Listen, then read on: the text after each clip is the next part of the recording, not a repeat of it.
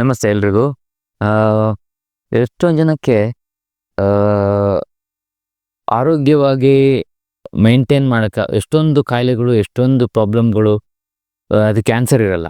For example ಮೈಕೈ ನೋವು ಇರುತ್ತೆ, ಜ್ವರ ಬರ್ತಾ ಇರುತ್ತೆ, ಶೀತ ಕೆಮ್ಮು ರೆಗ್ಯುಲರ್ಲಿ, ಸುಸ್ತಾಗೋದು. ಎಷ್ಟೊಂದು ಜನಕ್ಕೆ ಈ ಥರದ್ದು ಕ್ವೈಟ್ ಕಾಮನ್. ಎನರ್ಜಿ ಇರಲ್ಲ. ಸೊ ಇದೆಲ್ಲ ನಾವು ಇದ್ರ ಬಗ್ಗೆ ತುಂಬ ಸ್ಟಡಿ ಮಾಡಿ ಇದ್ರ ಬಗ್ಗೆ ನಾನೊಂದು ಒಂದು ಕನ್ಕ್ಲೂಷನ್ ಬಂದೆ. ಮೆಜಾರಿಟಿ ಆಫ್ ದ ಟೈಮ್ ಎಷ್ಟೊಂದು ಜನಕ್ಕೆ ವೈಟಮಿನ್ಸ್ ಎಲ್ಲ ಡೆಫಿಷಿಯೆಂಟ್ ಇರುತ್ತೆ, ಕಡಿಮೆ ಇರುತ್ತೆ. ನಾವು ಎಷ್ಟೇ ಒಳ್ಳೆ ಊಟ ಮಾಡಲಿ, ಎಷ್ಟೇ ಆ, ಬೇರೆ ಬೇರೆ ರೀತಿಯದ್ದು ವೆಜಿಟೇರಿಯನ್, ನಾನ್ ವೆಜಿಟೇರಿಯನ್ ಫುಡ್ ತೊಗೊಂಡ್ರು ಕೆಲವೊಂದೊಂದು ವೈಟಮಿನ್ಸು ಡೆಫಿಷಿಯೆಂಟ್ ಆಗೋದು ಮಾತ್ರ ಖಚಿತ. ಅದ್ರಲ್ಲಿ ಒಂದು ಎಕ್ಸಾಂಪಲ್ಲು ವೈಟಮಿನ್ ಡಿ. ಆಲ್ಮೋಸ್ಟ್ 70-80% ಜನಕ್ಕೆ ವೈಟಮಿನ್ ಡಿ ಕಡಿಮೆ ಇರುತ್ತೆ. ಸೊ ಅದು ಟೆಸ್ಟ್ ಮಾಡೋ ಅವಶ್ಯಕತೆನೇ ಇಲ್ಲ. ವರ್ಷದಲ್ಲಿ ಇಷ್ಟು ವೈಟಮಿನ್ ಡಿ ತೊಗೋಬೇಕು ಅಂತ ಇರುತ್ತೆ, ಅದು ಮಾಡಿಬಿಟ್ರೆ ಆಯ್ತು. ವೈಟಮಿನ್ B12 ಈ ಥರ. ಸೊ ಅದಕ್ಕೆ ನಾವೇನು ಮಾಡಿದ್ದೀವಿ, ಒಂದು ಲಿಸ್ಟ್ ಮಾಡ್ಕೊಂಡಿದ್ದೀವಿ. ಯಾವುದೇ ವ್ಯಕ್ತಿ, ನನ್ನ ಪ್ರಕಾರ ಒಂದು 15-20 ವರ್ಷ ಆದಮೇಲೆ ನಮ್ಮ ಎಲ್ಲರಿಗೂ ಅನ್ವಯ ಆಗೋದು ಇದು. ಅಯ್ಯೋ ನನಗೇನಾಗಲ್ಲ, ನಾನು ಆರಾಮಾಗಿದ್ದೀನಿ, ಇಲ್ಲ. ಸೊ ಎಲ್ಲರೂ ಇದನ್ನು ಮೇಂಟೈನ್, ಈ ಥರ ಕೆಲವು ವೈಟಮಿನ್ ಸಪ್ಲಿಮೆಂಟ್ಸ್ನ ತೊಗೊಂಡ್ರೆ for sure majority of the things, majority of the ಏನು ಇಲ್ನೆಸ್ಸು, ಜ್ವರಗಳು ಅಥವಾ ಮೈಕೈ ನೋವು ಅವೆಲ್ಲ ಕಡಿಮೆ ಆಗುತ್ತೆ. ನಂಬರ್ 1 ಅದರಲ್ಲಿ ವೈಟಮಿನ್ ಡಿ. ವೈಟಮಿನ್ ಡಿ ಫಸ್ಟಿಗೆ ನೀವು ತೊಗೋಬೇಕಾದ್ರೆ 60,000 ಇಂಟರ್ನ್ಯಾಷನಲ್ ಯೂನಿಟ್ಸ್ ಅಂತ ಏನು ಹೇಳ್ತೀವಿ, ಒಂದು ಟ್ಯಾಬ್ಲೆಟ್ ವಾರಕ್ಕೊಂದು 6 ವಾರ ತೊಗೋಬೇಕು ಫಸ್ಟಿಗೆ. ಅದಾದ ನಂತರ ರೆಗ್ಯುಲರಾಗಿ ತೊಗೊಳ್ಳುವಾಗ ತಿಂಗಳಿಗೊಂದು ತೊಗೊಬೇಕು, ತಿಂಗಳಿಗೊಂದು ಟ್ಯಾಬ್ಲೆಟ್ ಅಷ್ಟೇ. ಸೊ ಇದು ಲೈಫ್ ಲಾಂಗ್, ಇದರಲ್ಲೇನು ಇಷ್ಟನೇ ತೊಗೊಂಡು ಮುಗೀತು ಇಲ್ಲ. ತಿಂಗಳಿಗೊಂದು ಟ್ಯಾಬ್ಲೆಟು ತೊಗೊಳ್ತಾ ಇದ್ರೆ ವೈಟಮಿನ್ ಡಿ 60,000 ಇಂಟರ್ನ್ಯಾಷನಲ್. ಎರಡನೇದು B12 ಇಂಜೆಕ್ಷನ್ಸ್. ಇದು ಸೇಮ್ ರೀತಿ.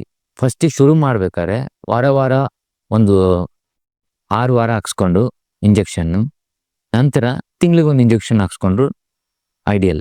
This is B12. Multivitamin infusion ಅಂತೀವಿ. Apart from B12 there are many other vitamins. ತುಂಬ ಬೇರೆ ಬೇರೆ ವಿಟಮಿನ್ಗಳು ತೊಗೊಳ್ಬೇಕಾಗುತ್ತೆ.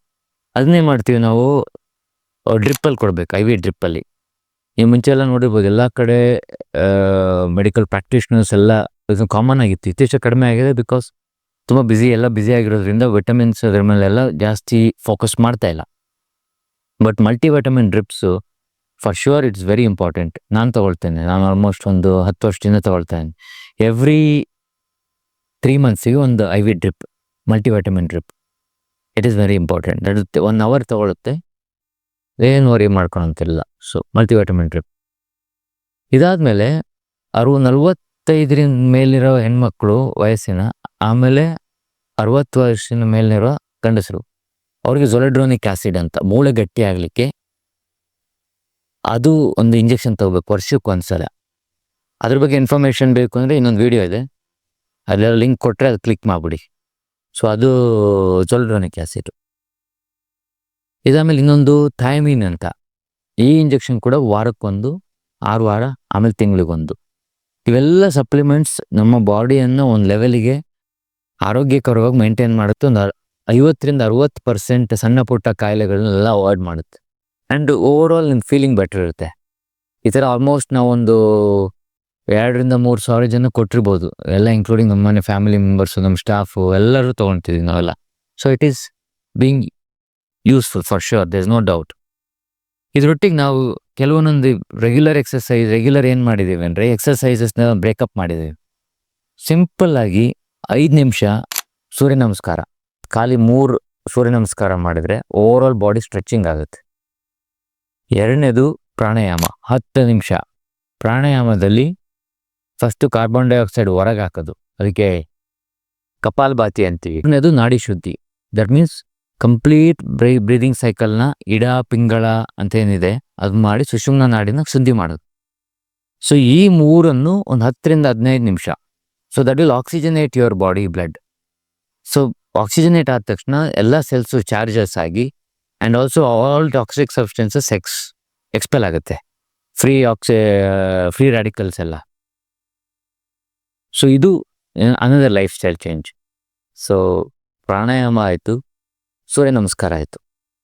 ಬೆಳಿಗ್ಗೆ ಎದ್ದ ತಕ್ಷಣ ನಾವು ರೆಕಮೆಂಡ್ ಮಾಡೋದೇನೆಂದರೆ, ಒಂದು ಚಿಟಕಿ ಹಿಮಾಲಯ ಉಪ್ಪು, ಹಿಮಾಲಯ ಸಾಲ್ಟ್ ಪ್ಲಸ್ ಒಂದು ನಿಂಬೆಹಣ್ಣು ಹಿಂಡ್ಬಿಟ್ಟು ಬೆಚ್ಚ ನೀರಲ್ಲಿ ಮಿಕ್ಸ್ ಮಾಡ್ಕೊಂಡು ಬೆಳಗ್ಗೆ ಕುಡಿದ ತಕ್ಷಣ ಏನಾಗ್ತದೆ, ಓವರ್ ಆಲ್ ರಾತ್ರಿ ಎಲ್ಲ ಏನು ಮಲಗಿ ನಾವು ಬ್ರೀದಿಂಗ್ ಮಾಡಿ ಮಾಡಿ ಅದರಲ್ಲಿ ಡಿಹೈಡ್ರೇಟ್ ಆಗಿರುತ್ತೆ ಬಾಡಿ. ಸೊ ಅದನ್ನು ಚಾರ್ಜ್ ಮಾಡಿದಾಗ ಬ್ರೈನ್ ಆಕ್ಟಿವೇಟ್ ಆಗ್ತದೆ and you will feel fresh. ಅದಕ್ಕೆ ಇದು the science behind this is to activate your brain. So ಇದರೊಟ್ಟಿಗೆ ಬೇರೆ ಬೇರೆನೂ ಕೆಲವೊಂದೊಂದಿದೆ. I think it is all for the overall health of a individual. It is a must and everybody should have it. ಸುಮ್ಮನೆ ಇದಕ್ಕೇನು ತುಂಬ ಖರ್ಚು, ತುಂಬ expenses ಏನಾಗಲ್ಲ, but compare to what problems you face afterwards. So it is very very important. Because ಇವಾಗ average age ನಾವು ಸ್ವತಂತ್ರ ಬಂದಾಗ 47ರಿಂದ 49 ವರ್ಷ ಇತ್ತು. ಇವತ್ತು ಆ್ಯಾವ್ರೇಜ್ 70ರಿಂದ 75 ವರ್ಷ ಆ್ಯಾವ್ರೇಜ್ ಇದೆ. ಪ್ಲಸ್ ಒಳ್ಳೆ ಮನೆಗಳಲ್ಲಿ ಅಥವಾ ಫುಡ್ ಎಲ್ಲ ಪ್ರಾಬ್ಲಮ್ ಏನು ಇಲ್ಲದೇ ಇರೋ ಕಡೆ ಆಲ್ಮೋಸ್ಟ್ 85-90 ಟಚ್ ಆಗ್ತಾ ಇದೆ. So in a matter of last 45-50 years, we have added another 30 years to everybody's life. ಅಂದರೆ ಸೊ ಅದೇ ರೀತಿಯಲ್ಲಿ ಎಷ್ಟೊಂದು ಕಾಯಿಲೆಗಳು ನಾವು ಪ್ರಾಬ್ಲಮ್ನ ಪ್ರಿವೆಂಟ್ ಮಾಡ್ತಾ ಇದ್ದೀವಿ. ಕ್ಯಾನ್ಸರ್ ಇರ್ಬೋದು, ಕ್ಯಾನ್ಸರಿಗೆ ಎಷ್ಟೊಂದು ಗುಣಗಳು ಬಂದಿದೆ ಈಗ. ಆಲ್ಮೋಸ್ಟು ಹಾರ್ಟ್ ಅಟ್ಯಾಕ್ನ ಪ್ರಿವೆಂಟ್ ಮಾಡ್ತೀವಿ, ಸ್ಟ್ರೋಕ್ ಪ್ರಿವೆಂಟ್ ಮಾಡ್ತೀವಿ. ಸೊ ಹಾಗಾಗಿ ಈ ಆ್ಯಾವ್ರೇಜ್ ಲೈಫ್ ಎಕ್ಸ್ಟೆಂಡ್ ಆಗ್ತಾ ಹೋಗ್ತಾ ಇದೆ. ಸೊ ಅದೇ ರೀತಿ ನಮ್ಮ ಆಹಾರ ಪದ್ಧತಿಗಳಲ್ಲಿ ಆಹಾರದಲ್ಲಿ ಶಕ್ತಿ ಕಡಿಮೆ ಆಗ್ತಾ ಇದೆ. ಯಾಕೆ ಅಂದರೆ ನಂಬರ್ 1 ಸಾಯಿಲಲ್ಲಿ ಬೇಕಾಗಿರುವ ಬ್ಯಾಕ್ಟೀರಿಯಾ ಅಂತೇನು ಹೇಳ್ತೀವಿ, ಜೀವಜಂತುಗಳು, ಬ್ಯಾಕ್ಟೀರಿಯಾ, ಅದು ಒಳ್ಳೆ ಬ್ಯಾಕ್ಟೀರಿಯಾಗಳು ಇಲ್ಲ ಈಗ. Because it could be because of pesticides ಅಥವಾ ಏನೇ ಇರ್ಬೋದು. ಅದರಿಂದೆಲ್ಲ ಇವನ್ ನೀವು ನೋಡಿರ್ಬೋದು, ಇವನ್ ಎರೆಹುಳುಗಳು ಕೂಡ ಸಿಗಲ್ಲ ಈಗ. ಮುಂಚೆ ಎಲ್ಲ ನಾವು ಆಟಾಡ್ತಾ ಇದ್ವಿ ಅದರೊಟ್ಟಿಗೆ. ಇವಾಗ ಎರೆಹುಳು ಹುಡ್ಕಾಡ್ಬೇಕು, ಯಾರಿಗಾರು ನೋಡಬೇಕು ಅಂದರೆ ಸಿಗಲ್ಲ ಭೂಮಿಲಿ. ಅಟ್ಲೀಸ್ಟ್ ಮುಂಚೆ ಎಲ್ಲ ಒಂದು 3 ಇಂಚ್ ತೆಗೆದ್ರೆ ಸಾಕು, ಸಿಕ್ಕಾಬಟ್ಟೆ ಓಡಾಡ್ತಾ ಇದ್ವು. ಇವಾಗ ಸಿಗಲ್ಲ. ಅಂದರೆ ಅವುಗಳಿಗೂ ಕೂಡ ಅಲ್ಲಿ ಜೀವ ಇಲ್ಲ ಅಂತ ಆಯಿತು. So soil, because of so called agriculture revolution ಅಂತೇನು ಹೇಳಿ ಫರ್ಟಿಲೈಸರ್ಸು, ಪೆಸ್ಟಿಸೈಡ್ಸ್ ಎಲ್ಲ ಕೊಟ್ಬಿಟ್ಟು ಏನು ಸಾವಯವ ಅಥವಾ ಆರ್ಗ್ಯಾನಿಕ್ ಕಲ್ಚರಿಂಗ್ ಎಲ್ಲ ಹೋಗಿದೆ ಲಾಸ್ಟ್ 150 ಇಯರ್ಸಲ್ಲಿ. So that is percolated into vitamin deficiency. ಎಲ್ಲರಿಗೂ ವಿಟಮಿನ್ ಇರ್ಬೋದು, ಟ್ರೇಸ್ ಎಲಿಮೆಂಟ್ಸ್ ಎಲ್ಲ ಡೆಫಿಷಿಯೆಂಟ್ ಆಗಿದೆ. ಬಟ್ ಏಜ್ ಜಾಸ್ತಿ ಆಗಿದೆ ಎಲ್ರದ್ದು. ಸೊ ಅದಕ್ಕೆ we have to make sure we have to supplement all these things. So ಇದು ರೀಸನ್.